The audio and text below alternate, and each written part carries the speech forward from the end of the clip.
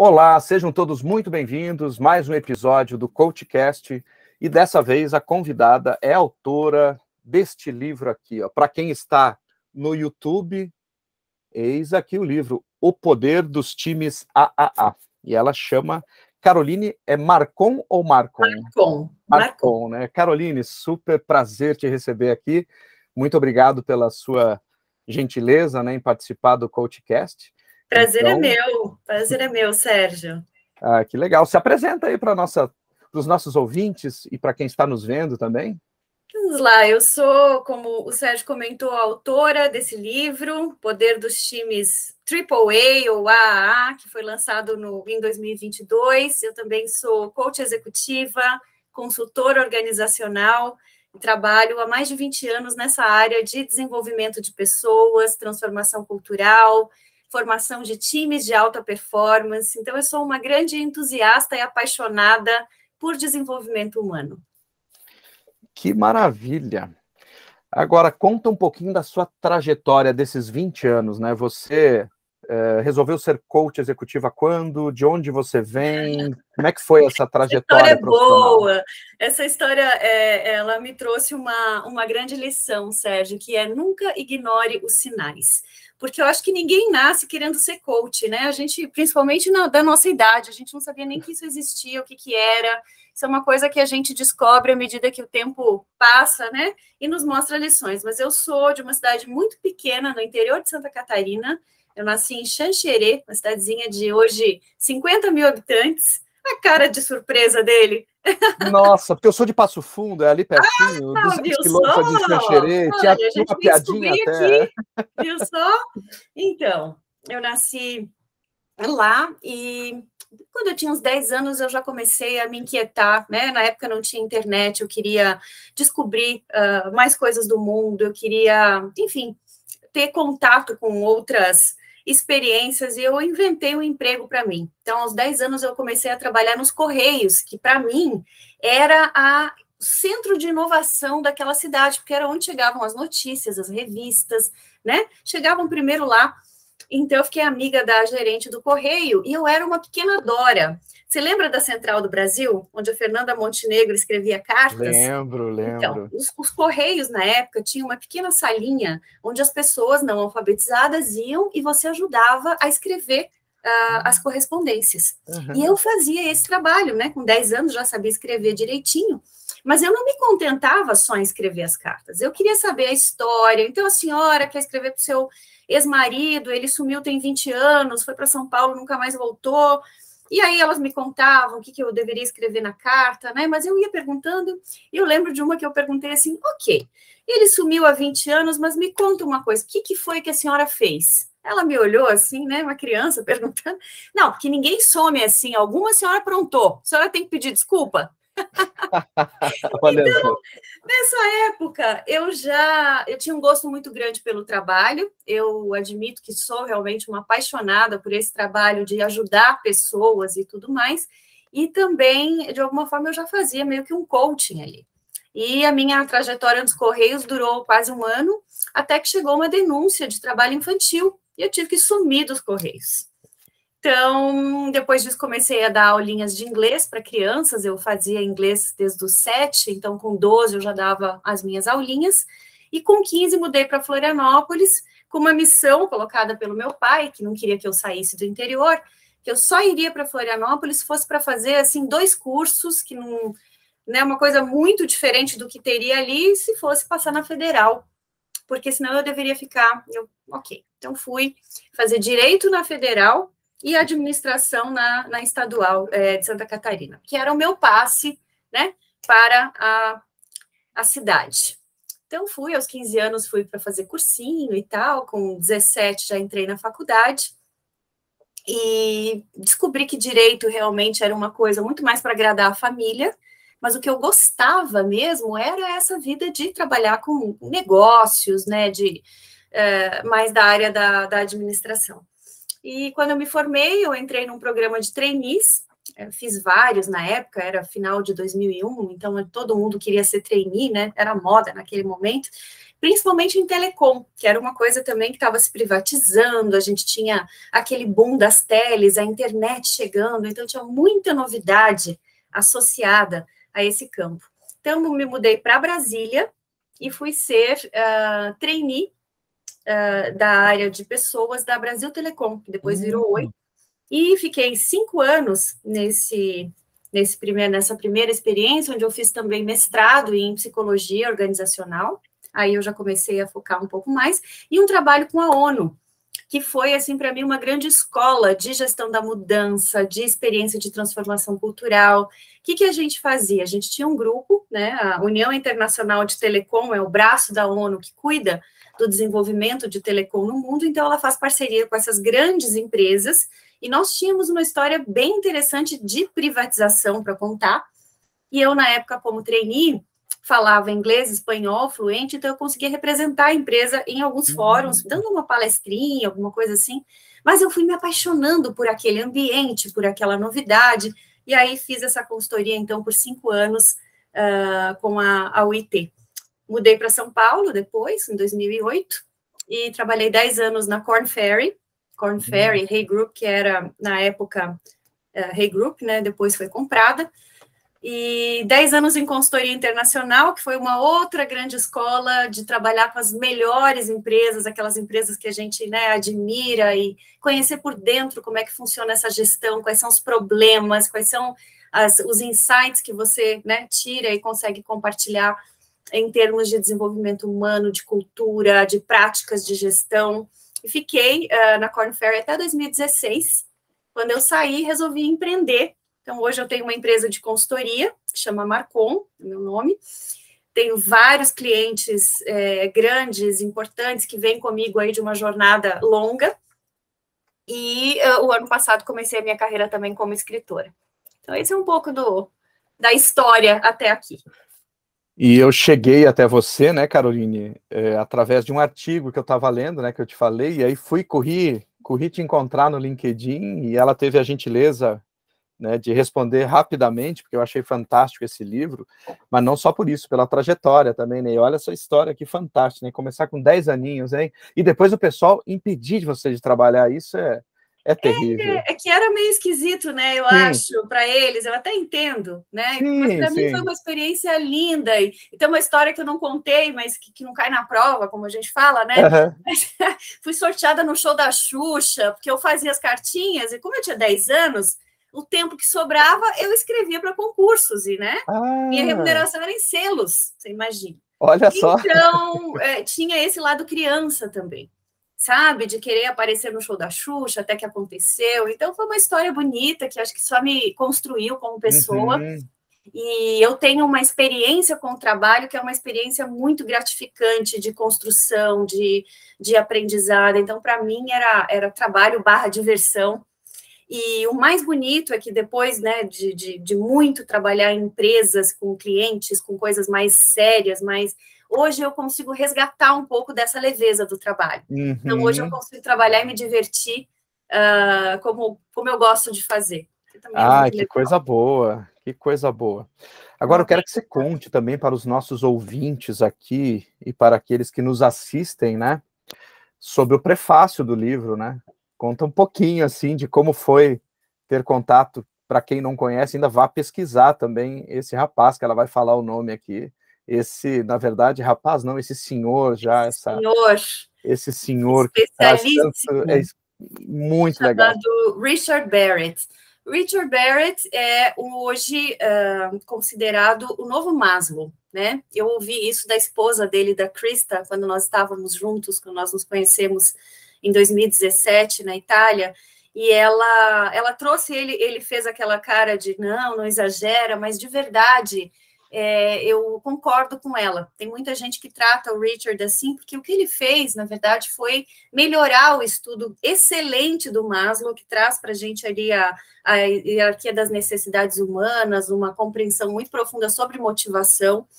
E o que o Richard fez foi dizer o seguinte: ok, mas eu cheguei no nível motivação do Maslow, que é o nível da autorrealização, quando a gente já fez tudo que gostaria de ter feito na vida, aquilo que você se propôs a fazer, e sobrou muito tempo. Então, ele conta um pouco da história dele, que resumidamente é a seguinte: ele era um executivo do Banco Mundial, na Suíça, trabalhando na parte de engenharia, é um engenheiro civil de formação, e ele trabalhava com grandes projetos de engenharia, mas na parte financeira, de viabilidade econômica e tudo mais. Aos 43 anos, ele teve uma crise de meia-idade típica, e ele falou o seguinte: eu não quero mais fazer transportation, eu quero agora começar a fazer uma outra coisa que se chama transformation, né? Só que eu não sei nada de transformation. Isso é uma área que eu preciso descobrir, mas eu estou me transformando e eu preciso entender o que está acontecendo comigo. Então, nessa fase, ele passa por uma mudança muito grande na vida pessoal, ele sai do Banco Mundial, vai para a Índia e fica um ano sabático estudando toda a filosofia védica, que é de onde vem essa raiz do que ele chama de níveis de consciência ou escalas de desenvolvimento psicológico. E ele tem uma mente muito brilhante, onde ele consegue fazer conexões entre conceitos complexos de uma maneira simples. Eu sou apaixonada por filosofia védica, eu sou aluna do Deepak Chopra, que é outro grande mestre, desde 2014, já tive várias vezes no centro dele, na Califórnia. E quando eu vi que o Richard também trazia esse conhecimento, eu falei, nossa, eu preciso entender como é que isso funciona. Então, nós fizemos a certificação dele, né, a certificação Barrett, que é muito conhecida. Eu sei que nós estamos num coachcast, então tem muita gente que nos escuta, que também é da área. A certificação do Barrett foi o primeiro passo para a gente entrar em contato com essa metodologia e entender como que a gente pode usar isso em processos de coaching. São diagnósticos muito simples de fazer, mas de um resultado profundo, que trazem uma compreensão profunda para o cliente.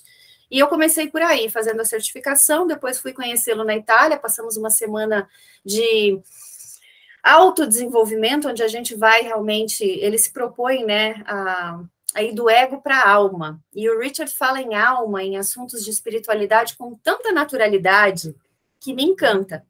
Porque, de fato, são coisas que muitas vezes a gente não sabe como pôr em palavras. E ele fala, minha alma me disse para falar isso para você.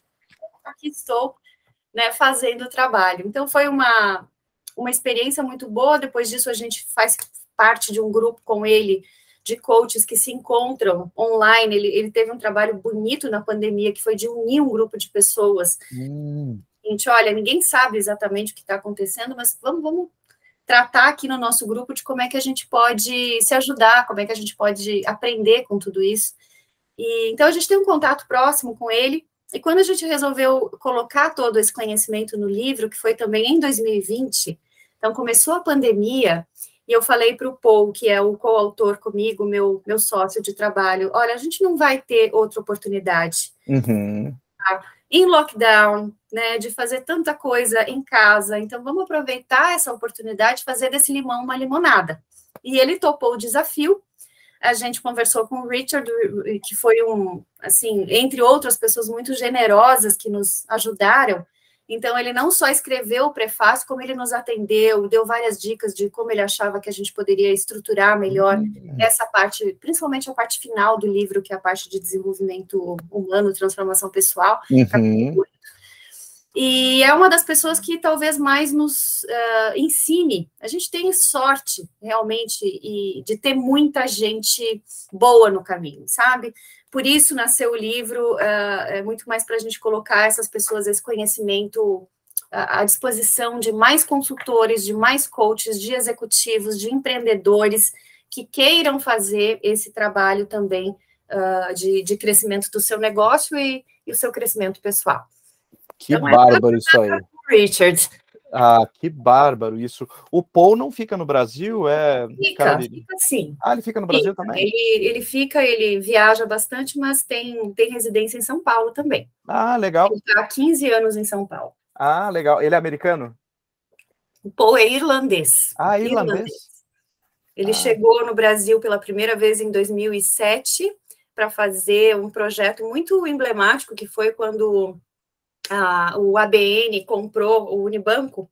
Ele veio, então, na bagagem, né, como um consultor global para fazer toda a parte de assessment executivo do grupo do ABN, só falava 2 palavras em português, que eu morro de rir, que é cafezinho e quarteirão com queijo. Ele Pensei que ia ser caipirinha. Não, ele falou, o meu vocabulário se resumia a isso. E hoje ele fala português, você não acredita. Que legal. Então, nós fizemos esse trabalho juntas, o Paul escreveu a parte dele em inglês, eu traduzi, e eu escrevi a minha em português, depois a gente juntou e saiu esse livro. Que bacana, que coisa boa. E falando aqui sobre o primeiro capítulo, né, que ele está intitulado de Propósito, né? Nunca foi teu propósito ser uma escritora? Ou já chegou a pensar lá no passado?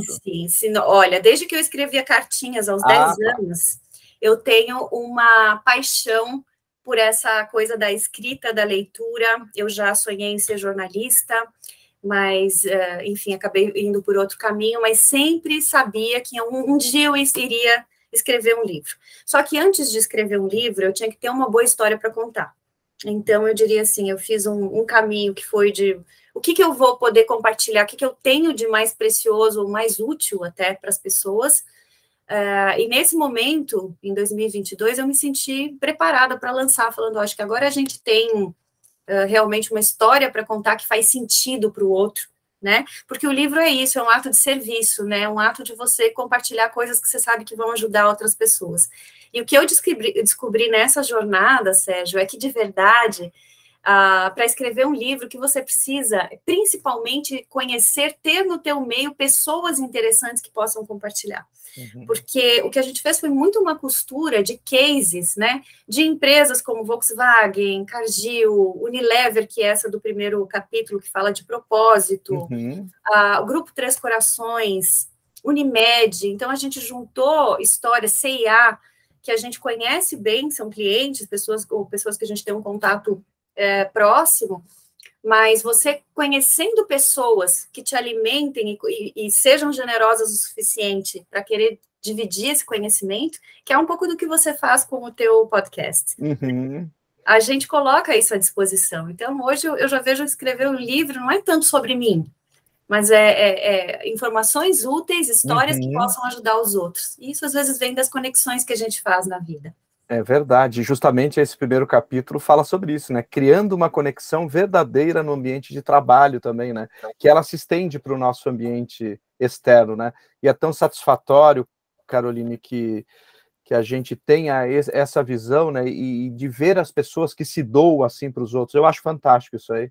Então você está super de parabéns por ser acessível, por levar isso, se conectar com o mundo, né, e trazer esse conhecimento seu aqui, toda essa tua experiência aí, que começou lá nos Correios, em Xanxerê, olha isso, muito interessante, muito interessante. Inclusive tinha uma piadinha lá, né, de Chapecó para Xanxerê, da ponte, né, eu não lembro qual era, porque faz 24 anos que eu saí lá do Rio Grande do Sul. Eu também, faz 30 anos que eu saí de lá, mas a piada que eles fazem, é, na verdade, os 3 nomes, né, que é Chapecó, Xaxim e Xanxerê, os 3 nomes com é verdade. Então, verdade. É uma maneira da gente gravar esses nomes e tudo mais. É verdade. E ali é uma região muito próspera, inclusive, sim, né, de Santa muito. Catarina, é muito bacana. Você vai muito para lá? Eu, hoje em dia, tenho ido mais até para Floripa, porque a gente acaba encontrando mais a família ali. Eu sou apaixonada por Floripa, mas vou também. Eu visito o estado como um todo. Eu sou apaixonada pelo nosso estado. Lá é bacana mesmo. Muito bom. Muito gostoso, Excelente. Então, vamos falar um pouco de cultura agora. Fala pra gente aí, por que você resolveu trabalhar com cultura? Então, essa coisa também aconteceu na minha vida sem eu entender direito o que era. Eu vinha saber que aquilo era transformação cultural fazendo, porque foi na época da ONU, principalmente, onde a gente ia fazer diferentes projetos. Eu ajudei, por exemplo, empresas na Rússia, e a gente tinha uma parceria com a Universidade de Moscou. Então, quem chamava era a Universidade de Moscou, a gente tinha lá várias empresas públicas, e a ideia era levar a perspectiva da privatização, que ainda não tinha chegado, mas estava próxima, para começar a abrir a cabeça das pessoas, entender, né, como é que a gente poderia tirar proveito daquilo para evoluir com tecnologia. E eu percebi, nesses tipos de contatos, Sérgio, as primeiras barreiras culturais. É muito diferente você dar um treinamento como esse que a gente fazia num país da América Latina e você ir para a Rússia, onde eles têm uma visão do que isso significa totalmente diferente. Tinha palavras que a gente não tinha nem tradução, porque a cultura não entende aquele conceito. E aí eu comecei a entender, nossa, o negócio de cultura é muito importante, porque é o que ou viabiliza ou impede um plano, uma estratégia de se concretizar. Então, se você não entender a cultura, você pode ter a melhor estratégia, você pode ter a melhor visão, mas você não vai conseguir implementar. E aí eu comecei a entender como isso era grande, como isso era complexo, né? E estudar, e fui fazer o meu mestrado nisso, tive experiências práticas muito interessantes também, como uma onde eu tinha, sei lá, 26 anos, e eu fui dar essa mesma palestra no Bahrein, imagina, na Arábia Saudita. Eu cheguei lá, eu era uma das únicas mulheres, né? A maioria das delegações só homens e tal, ou mulheres, mas que não iam palestrar, elas estavam mais assistindo, e eu sentia a dificuldade que é você conseguir esse mesmo espaço de voz, isso já faz um tempo também, mas numa cultura árabe, né, numa cultura onde as mulheres de verdade não têm esse espaço, não tinham, e também essa questão cultural, que eu até falei para eles na época, a gente treina muito as pessoas na ONU para questões de segurança, então eu sabia tudo que podia acontecer em termos de segurança, o que eu poderia falar, o que eu não poderia, coisas suspeitas, mas a questão da integração cultural não se falava. Eu falei, vocês esqueceram da principal parte aqui. E eu cheguei, eu chegava no elevador, eu cumprimentava as pessoas. Lá, para eles, é uma falta de respeito absurda você olhar para um homem no olho e dizer bom dia. Eles se sentem afrontados, você tem que olhar para baixo e você não pode cumprimentar, né? Então, eu cometi essas gafes culturais que, para mim, era a minha educação. Sim. Então, a cultura, ela veio muito dessa experiência. Eu fui aprendendo, na minha maneira, o que funcionava, o que não funcionava, e como isso fazia a estratégia possível ou não. Fui estudar, fui trabalhar em consultoria, fui trabalhar com vários clientes, e hoje eu percebo realmente que os meus clientes, Sérgio, que tiveram mais sucesso, que têm mais sucesso na parte, enfim, de sustentabilidade financeira, na parte de, enfim, empresas que realmente crescem ao longo do tempo, são aquelas que têm uma cultura clara e que entendem como essa sua cultura ajuda no seu negócio e também aquilo que ela atrapalha e estão dispostos a melhorar. Clientes que ignoram a questão cultural são clientes que patinam. E você vê isso sempre. Eles patinam, eles continuam fazendo a coisa errada, porque tem ali uma falta de consciência muito grande do meio, né? Porque a cultura é o meio.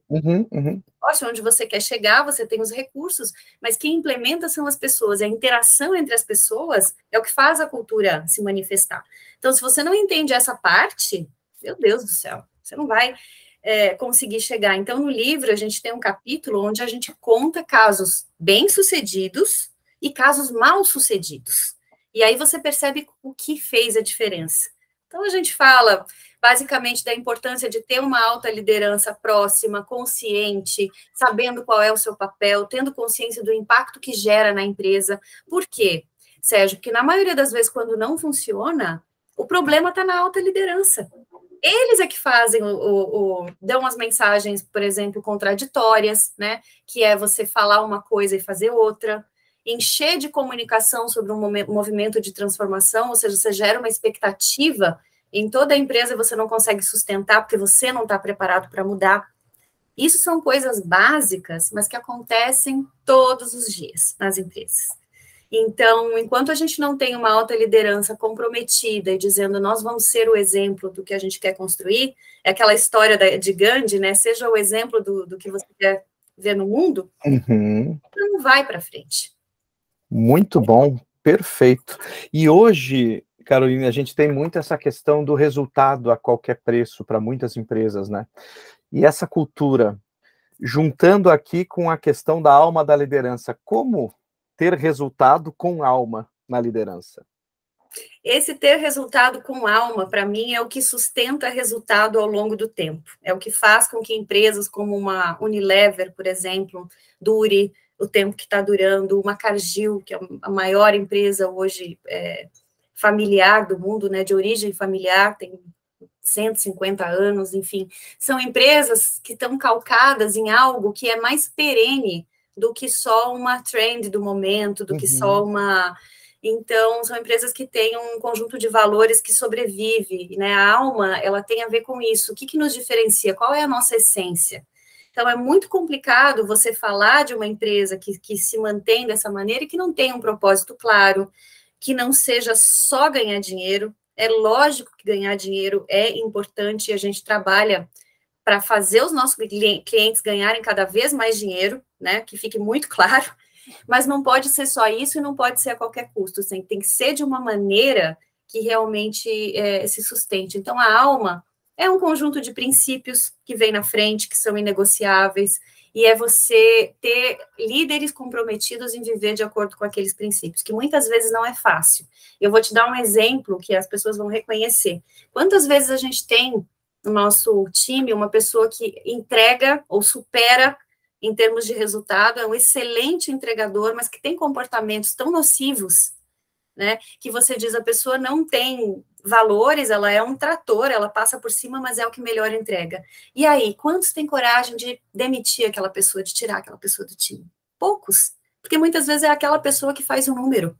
Então, no curto prazo, você se apoia em modelos que estão te destruindo valor no longo prazo, porque você dá uma mensagem errada para todos os outros que estão... E aí você cria uma competição que não é saudável, até comportamentos que beiram aí a falta de integridade, beiram e às vezes vão além, né? Então, quantas empresas, quantos líderes estão preparados para dizer, olha, você é um bom entregador, mas eu estou te dando aí uma chance de mudar de comportamento, se você não mudar de comportamento, a consequência vai ser outra. E fazer isso acontecer. Perfeito. Chega a ser assustador, viu?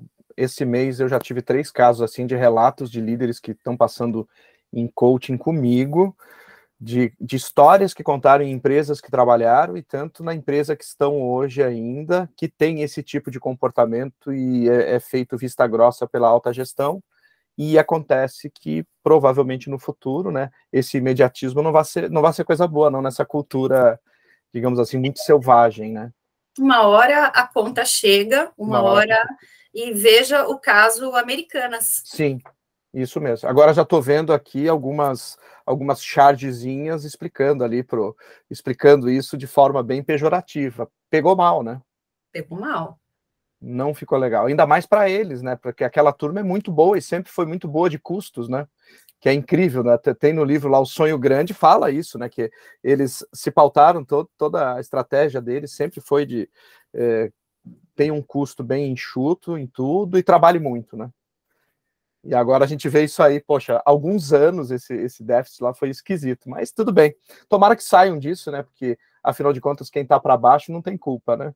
Com certeza, com certeza. Mas Muito fica aí bom. a lição para a gente aprender, é nesse sentido que eu gosto de fazer o alerta. Fica a lição para a gente aprender que uma hora a conta chega para todo mundo. É verdade, uma hora a conta chega. Muito bom. E estamos quase indo para o final, mas eu tenho uma curiosidade aqui para os nossos ouvintes e quem nos assiste, como eu transformo essa cultura e como eu transformo esses times em AAA aí? É um processo, né? Essa transformação, ela começa por uma grande tomada de consciência pessoal da alta liderança, no sentido de como é que a gente quer seguir, né? Do que a gente... Qual é a nossa visão? Então, precisa ter uma visão muito clara de futuro para a companhia, uma visão de negócio, de estratégia, um conjunto de valores que acompanhem, que é isso que a gente chama da essência, né, do propósito, que não pode ser apenas fazer dinheiro, mas talvez algo que vá realmente mudar a vida das pessoas, resolver um problema do mundo, né, e isso é um discurso muito comentado pelas organizações mais, né, exponenciais, as startups. Qual é o problema que você quer resolver? Então, o propósito, ele tem a ver com isso.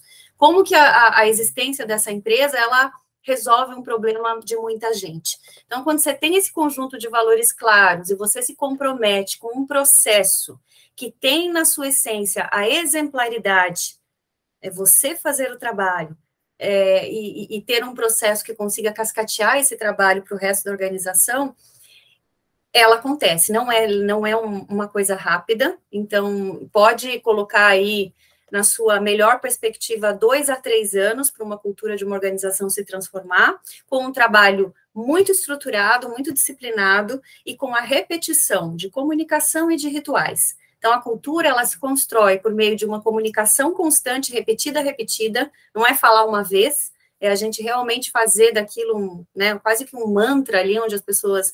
E um conjunto de símbolos, de rituais que reforcem aquelas mensagens culturais. E a gente tem que estar atenta a tudo isso, porque a cultura, ela se constrói pelas nossas ações e também pelas mensagens que a gente manda, né? O layout do escritório é um símbolo cultural, o uniforme que as pessoas usam é um símbolo cultural, a maneira de trabalho, se é remoto, se é presencial, é um símbolo cultural. Todas essas mensagens do que a gente faz ou do que a gente deixa de fazer, ou seja, do que a gente tolera. E aí vou te dar o exemplo que você mesmo trouxe. Eu tenho uma pessoa que é extremamente nociva para o time, mas por conta dela ser um bom entregador de curto prazo, eu vou tolerando. Eu estou dizendo o seguinte, a minha cultura real é resultado. Não importa o meio, importa que você entregue, porque as pessoas vão olhar aquilo que você faz. E se tiver uma inconsistência entre o que você faz e você fala, a sua cultura, você perde a credibilidade, né? Então, tem uma frase que eu gosto muito, que é do Waldo Emerson, que é um poeta americano, que ele fala o seguinte: o que você fala tão alto que eu não consigo escutar o que você diz. Olha só que bacana.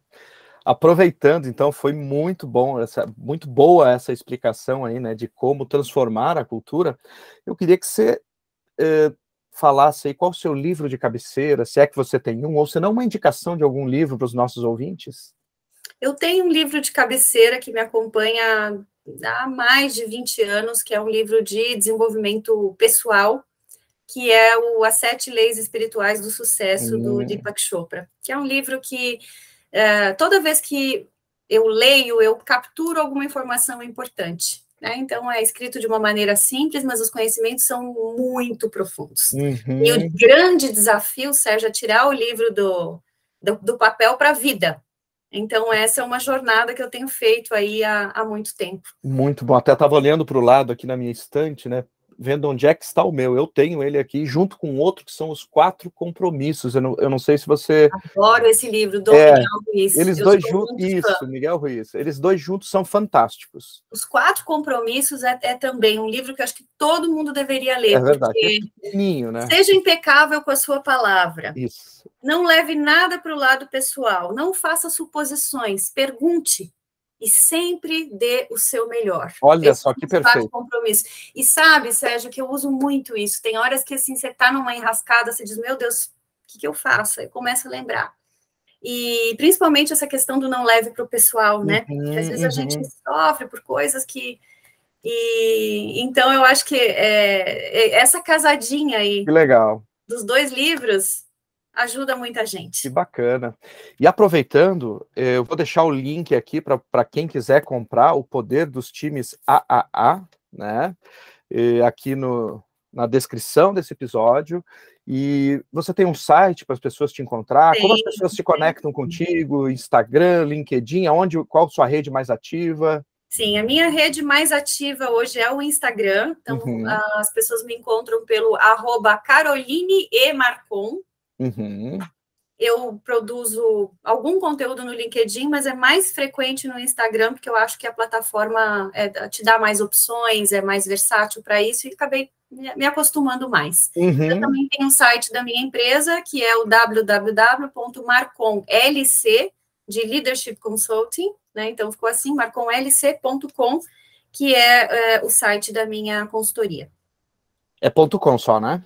.com. Então tá jóia.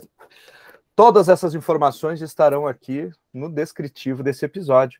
Caroline, só tenho a te agradecer pela essa generosidade sua em participar aqui desse episódio. E espero, não nos conhecemos pessoalmente, né? Espero uma hora dessa poder tomar um café contigo aí. Fico à disposição, vamos marcar sim. Estamos 2 em São Paulo, né? Fica Isso fácil. mesmo, estou aqui na aclimação. Então, vamos marcar sim. Obrigada, Sérgio. Eu que agradeço, e esse foi mais um episódio do CoachCast. Um abraço.